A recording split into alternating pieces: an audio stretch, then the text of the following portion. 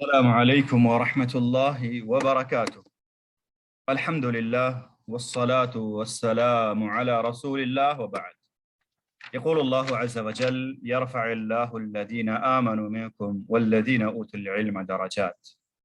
ويقول النبي صلى الله عليه وسلم: من سلك طريقا يلتمس فيه علما سهل الله له به طريقا إلى الجنة. اللهم علمنا ما ينفعنا وانفعنا بما علمتنا وزدنا علما. محترم سامعین و ناظرین، آج کے اس آن لائن درس حدیث میں آئیے ہم عاشورہ کے روزے کی فضیلت جانتے ہیں۔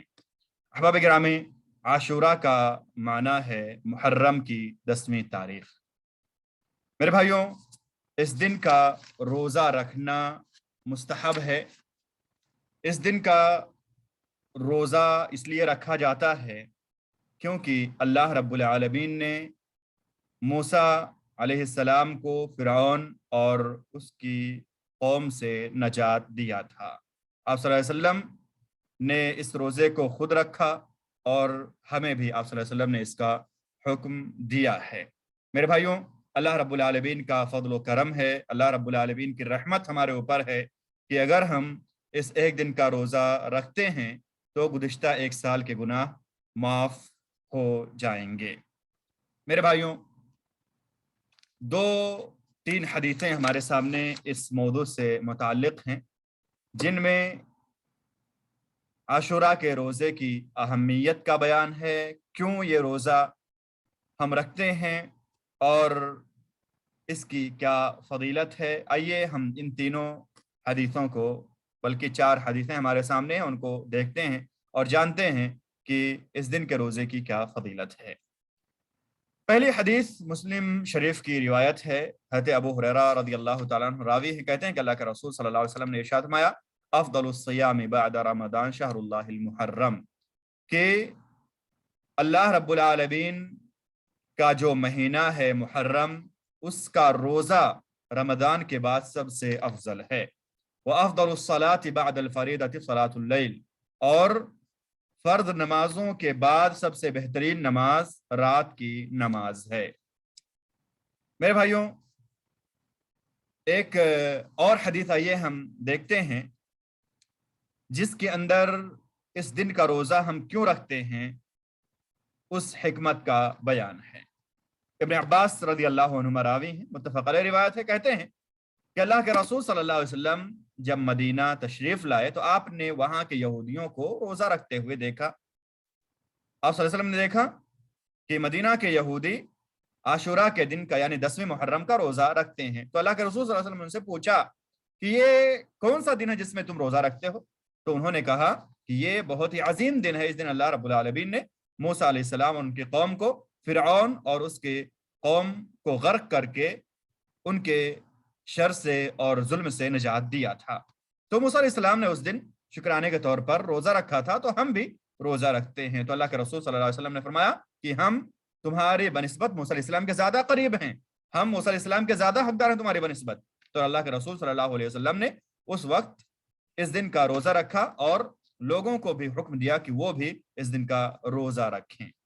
تو اس میں ہمیں حکمت معلوم ہوئی کہ عاشورہ کے دن کا روزہ جو ہم رکھتے ہیں اس کی حکمت کیا ہے، کیوں ہم یہ روزہ رکھتے ہیں۔ بہت سارے لوگ میرے بھائیوں جب عاشورہ کا روزہ رکھتے ہیں تو ان کو یہ جو ہے بات سمجھ میں آتی ہے کہ شاید اس کا حضرت حسین رضی اللہ تعالیٰ عنہ کی شہادت سے کوئی تعلق ہو۔ میرے بھائیوں، حضرت حسین رضی اللہ تعالیٰ عنہ نواسۂ رسول صلی اللہ علیہ وسلم کی شہادت کا جو واقعہ ہے بہت ہی المناک واقعہ ہے، بہت ہی تکلیف دہ واقعہ ہے کہ آپ صلی اللہ علیہ وسلم کے جو ہے نواسے بے رحمی کے ساتھ جو ہے وہاں پر شہید کیے جاتے ہیں۔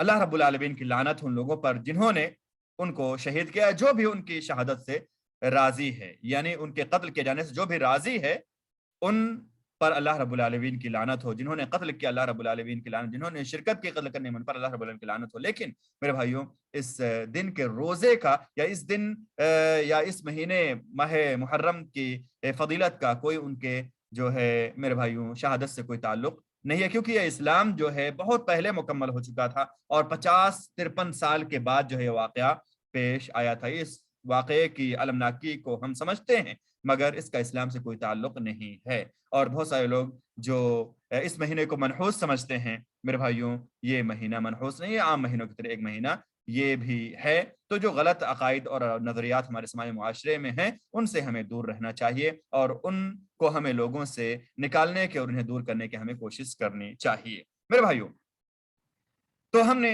ان احادیث کی روشنی میں جان لیا کہ رمضان کے بعد سب سے بہترین روزے جو ہیں وہ محرم کے روزے ہیں۔ عام طور پہ ہم پورا روزہ چاہیں تو رکھ سکتے ہیں محرم کے اندر، اور اگر ہم نہیں پورا رکھ سکتے ہیں یا زیادہ سے زیادہ نہیں رکھ سکتے تعداد میں ہم روزہ، تو ہم میرے بھائیوں عاشورہ کا روزہ ضرور رکھیں۔ بہت ہی اہم دن ہے اور بہت ہی جو ہے مبارک دن ہے، اور بہت ہی زیادہ فضیلت اس دن کے روزہ رکھنے کی ہے۔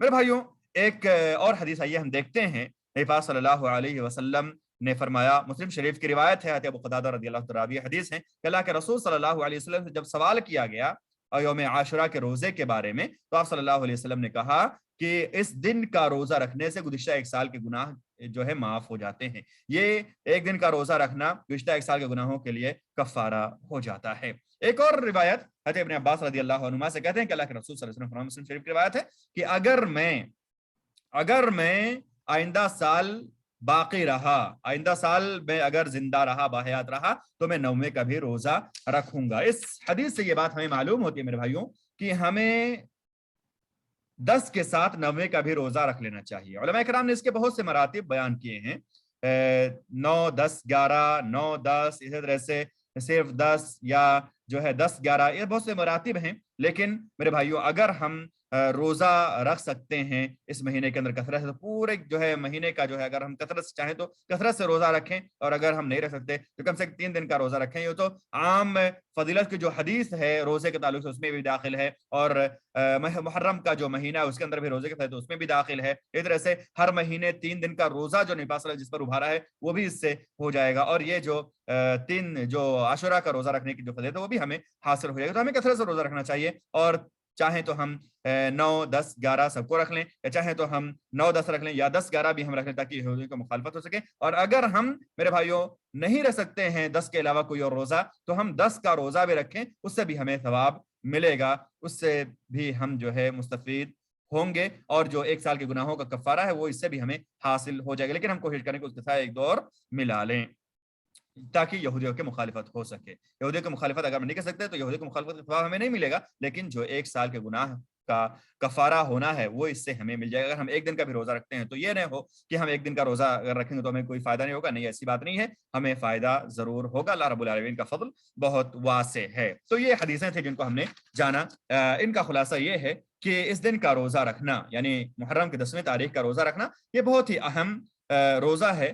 یہ وہ دن ہے جس میں اللہ رب العالمین نے فرعون کے ظلم و ستم سے موسیٰ علیہ السلام کے قوم کو نجات دیا تھا، اور اللہ کے رسول صلی اللہ علیہ وسلم کی یہ سنت ہے۔ اللہ رب العالمین کی رحمت اور فضل ہے ہمارے اوپر کہ اگر ہم اس ایک دن کا روزہ رکھتے ہیں تو ایک سال کے گناہوں کا کفارہ ہو جائے گا۔ میرے بھائیوں آج کے اس درس میں جو فوائد ہمیں حاصل ہے، پہلا فائدہ یہ ہے کہ محرم کے اندر روزہ رکھنے کی بہت زیادہ فضیلت ہے۔ اس طرح سے ہم نے یہ جانا کہ محرم کی 10ویں تاریخ کا روزہ رکھنا مستحب ہے، کیونکہ اس دن اللہ رب العالمین نے موسیٰ علیہ السلام کو فرعون کہ ظلم اور بربریت سے نجات عطا کی تھی۔ اس طرح سے میرے بھائیوں ہم نے جانا کہ جو اس ایک دن کا روزہ رکھے گا اس کے جو ہے گزشتہ سال کے گناہ معاف ہو جائیں گے، جو صغیرہ گناہ ہوں گے معاف ہوں گے۔ خاص طور سے جو ہم اس بارے میں یہاں پہ یہ دھیان دیں کہ جو صغیرہ گناہ ہوتے ہیں وہی اعمال سے معاف ہوتے ہیں، ورنہ کبیرہ کے لیے توبہ کی ضرورت ہے، توبہ کے بغیر کبیرہ گناہ معاف نہیں ہوتے ہیں۔